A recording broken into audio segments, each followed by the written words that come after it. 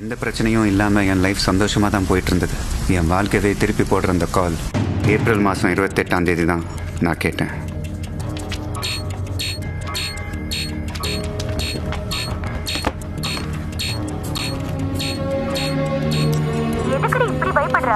இல்லடி, எங்க வீட்ல எல்லாரும் ஊருக்கு போயிட்டு வந்துட்டு இருக்காங்க. நான் தனியா இருக்கேன். எங்க வீட்ல பேய் இருக்குதுன்னு தோணுதுப்பா. ரொம்ப பயமா இருக்கு. மாடியில ஏதோ சத்தம்லாம் கேக்குது. எப்ப பாரு காமிக்ஸ் புக்ஸ், பேய் பட சீரிஸ். அதான் ஏதோ உனக்கே தோணுது. இல்லப்பா, சுத்தி எல்லா வீட்லயும் கரண்ட் இருக்கு. எங்க வீட்ல மட்டும் இல்ல. நிஜமாவே பேய் இருக்கு. கொஞ்சம் வரியா? எங்க வீட்ல விட மாட்டாங்கப்பா. நீ நல்லா டோரை லாக் பண்ணிட்டு விபூதி வச்சுட்டு தூங்கு. பேயெல்லாம் ஒண்ணும் இல்ல. ஸ்வேத்,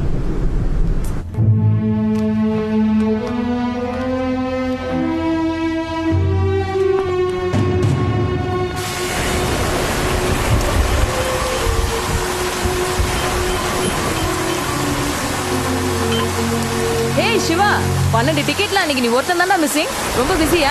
ஃபர்ஸ்ட் வேலை கிடைச்சதுக்கு நீ ட்ரீட் வச்சியா? ரேணு, ஒரு சின்ன ஹெல்ப். தெரியுமே, நீ காரியம் ஆகணும்னா தானே ஃபோன் பண்ணுவேன். சொல்லி தொலை. இப்போ நீ எங்கே இருக்க? வீட்டுக்கு போயிட்டு இருக்கேன்.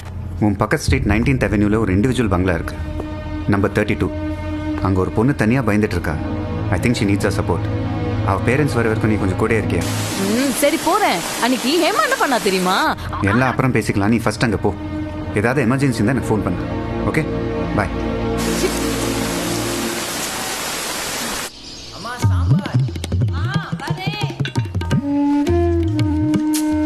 சாப்பிடாம போனை வச்சுட்டு என் பேண்ட் அயர்ன் பண்ணி வச்சு நானே தனியா எவ்வளவு வேலை தான் செய்யறது. இவன் ஒருத்தன் எப்ப வருவான் எப்ப போவானே தெரியாது.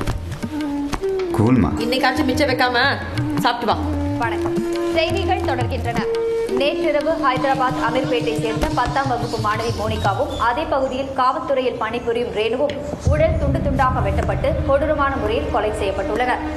நெஞ்சை பதற வைக்கும் இந்த படுகொலை சம்பவத்தால் அந்த பகுதி மக்கள் பெரும் அதிர்ச்சிக்குள்ளாகினர்.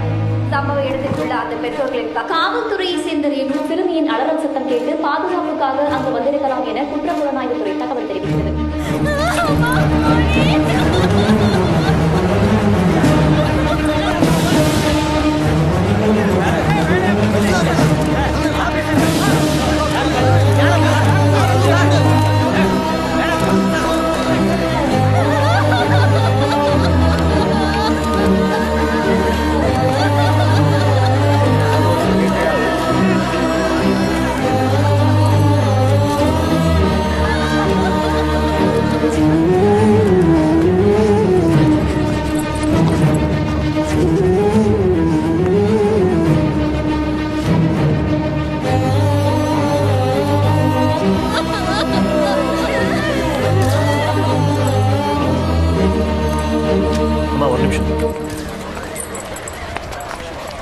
அவங்கக்கிட்ட எப்படி சொல்கிறதுன்னு தெரியலம்மா.